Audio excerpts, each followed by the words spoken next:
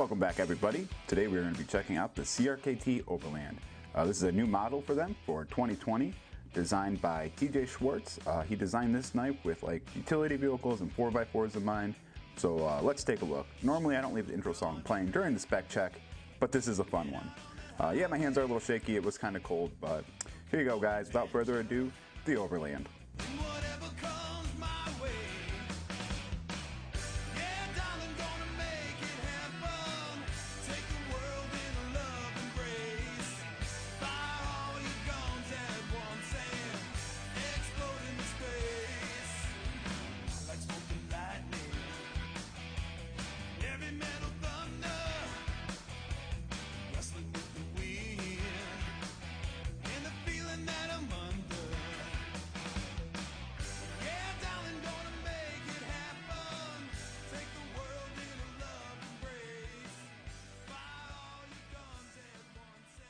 How's it going, guys, and welcome back. Today we are looking at a new knife by CRKT. It's a new year, new knives, so everyone was kind of snagging these up. You know, CRKT was like, boom, bunch of knives. And this was one that I decided to check out.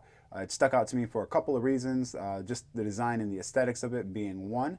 It was designed by TJ Shwartz. He did a couple knives for CRKT this year. He does some other ones for Millet. But yeah, so he's kind of a well-established knife designer, and this is one we're going to take a look at. Originally started doing an unboxing on this. Those are not my jams. I don't do them, and I don't foresee me doing them. That led to a couple of nice little moments, such as, all right, there you can see you've got your, all right, so there's your blade. So yeah, not really my thing. But during that, I did get to experience this knife. I was able to pull it off camera and get to know it a little bit better.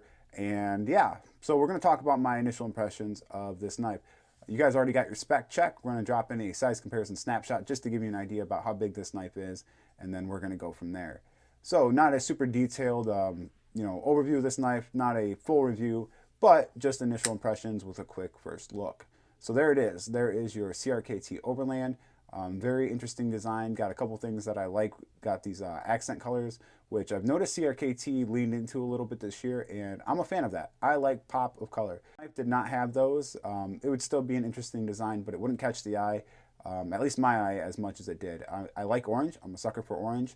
The green G10 here, which is nice to see, G10 by the way. Usually this knife came in at $45 on Knife Center, which is a little bit cheaper than Blade HQ. So for $45 CRKT, generally I'm expecting FRN, so it's nice to see some G10. But yeah, you got that. You got this green G10, which may or may not stay green. We'll see. I got a couple interesting ideas, possibly some woodland camo. I've got an idea on how to do that. Or all black, which I kind of lean towards, and I think that would look great because I think this side looks awesome with that black stonewash and the black accents. But let's take a look. So we're going to start with the front of the knife and kind of just work our way back. I'll touch on a couple of key little features that I've noticed that I think are good, and if there's anything bad, we'll cover those as well. So let's take a look at the blade. All right, so there you can see your blade of 8CR13 MOV. No shocker there with a $30, $40, $50 CRKT knife. That's what you can expect. But we all know 8CR13 MOV, so not much to go into there. You have this high saber grind, which comes down to kind of this sheep split right here down at the end. You've got this nice sweeping belly all the way across, and that I think works really well for this knife because of the handle, and we'll touch on that in just a second. You've got thumb stud deployment, which a little bit of flipper fatigue for me, but they went with thumb studs. So I saw a thumb stud knife. I thought, great, I can't wait to try it. Let's take a look at that deployment real quick. Pretty good. I'm not gonna lie, I did put a little bit of KPL in here after the initial unboxing, but before I put the KPL in here, the deployment was good. It was the closing of the knife and the shaking it down and getting it closed. That's initially why I put the KPL on this knife, and we're going to touch on that in just a second. All right, so there you go. You have some aggressive big jimping on here. Now that is going to be a little bit of a point of contention. If you have sissy ninny thumbs like I do, that might cause some discomfort, but it does work. You do lock in. So I would recommend what I'm doing right now, which is a regimen of 200 grit on the thumbs for 2 minutes each, twice a day for about 3 weeks. I'm halfway through that, and my thumbs are getting very manly. If you have ninny thumbs, that's what you do. Now moving on down, you see you've got that orange collar on there. I'm a big fan of that. That looks great against this orange backspacer with this green G10 and the black stonewash. Nice color choices. I tend to lean towards these kind of colors.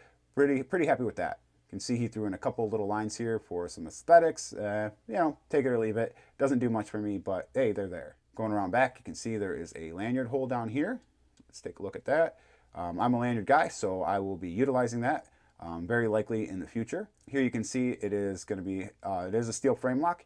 You have this black wash on the side, the back side here, as well as that matches the blade. I think that looks great on the pocket clip as well. This pocket clip we're going to talk about, and I'm pretty impressed with CRKT on this, or TJ Shwartz for designing it this way, but something I didn't expect to see on this knife, and I missed it the first time, which is why I'm doing the video in this format, and that is going to be recessed pocket clip screw, guys. Look at that. So that's going to prevent it from snagging up in the pocket when you throw it in. So I'm going to put a clip of it going in and out of the pocket. You can see it's not the super deepest carry knife, but it does sit pretty well. I'm happy with that. I love that they recessed those screws there. So yeah, big fan of that. You can see it does have an over travel stop, just a nice little touch as well. It is weight relieved. This knife comes in at 3.6 ounces. So for a steel frame lock with a 3-inch blade, if it can focus, I can be happy with 3.6 ounces. So let's keep on going. There on the back side, you can just see it's got the name of the knife and the name of the designer, TJ Shwartz. Can you see that? I can see it just fine.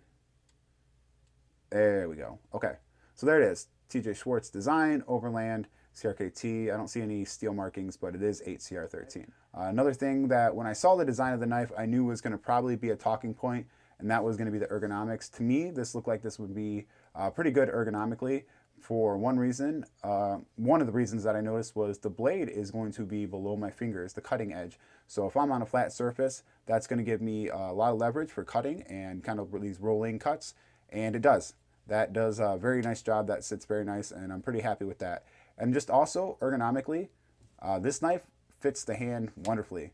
I have a small hand, but you can see that there is still room down here if you've got a big hand, or if you want to come back. Look at all that room that's up there at the front. Overall, ergonomics are pretty good. You don't feel the pocket clip much the way they designed it, where it sits in the hand. You can see it sits kind of just right in there, and it comes up, at least in my hand, sits right in there, nestles nice and snug, no issues. With that all aside, what do I initially think of this? First impressions? I think they have a pretty good knife on their hands here. The lockup is solid. It is a little bit late. You have 75%, but you don't have any blade play whatsoever, any direction, no back and forth, no side to side. That locks up nice. So we talked about deployment a little bit earlier. It deploys great, in my opinion, for nylon washers. I like the sound of it. Knife sounds is a thing for some people. I'm one of those people, so let's take a listen. It's nice and snappy. I really like that.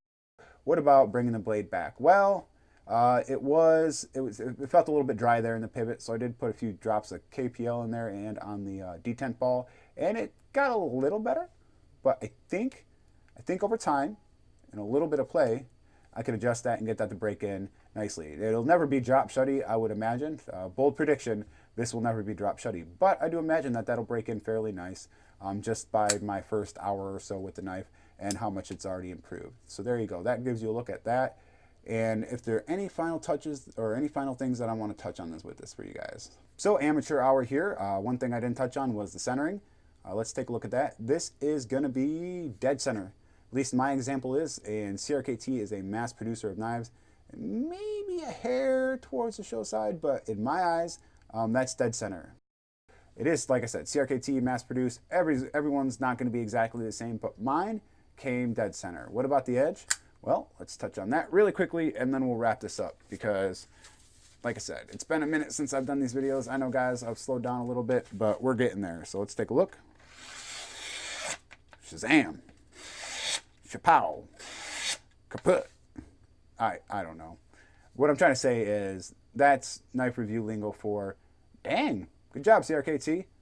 It's got a nice edge, and I don't have the best experience with CRKT edges right out of the box, but this one came as good as I could expect. Actually a little bit better than I would want to expect from them. So I'm impressed. Recessed screws, solid lockup, dead center, nice sharp edge, all the things that I've touched on. Ergonomics are good, the way it sits in the hand. The design is pretty attractive in my opinion. He designed these with like the utility vehicles and 4x4s and those type of things in mind. So I think beating up on this knife would be a fun task. I might give you guys a video on that, but no promises because I've got some other stuff in the pipeline that's coming. But there you are, guys. My first look and impressions of this knife are really favorable, and I generally am happy with my $45 purchase. No regrets with this actual CRKT, which that's a win for me because generally, like I stated earlier, CRKTs for me are kind of wishy-washy, and I always feel like it's a dice roll, but this one here is sitting pretty high in my opinion. There you are, guys. If you have any questions, feel free to shoot them down below. Let me know. Always open. I probably missed 3 or 4 things, and that can be expected on this channel. So if you came here for super detailed, in-depth reviews, I'm going to be letting you down. But if you came here for some first impressions and just to hang out and talk about knives, that's what I'm here for. All right, guys. As always, if you have any questions, down below. Thanks for giving me your time. Have a good one, guys. We'll see you next time.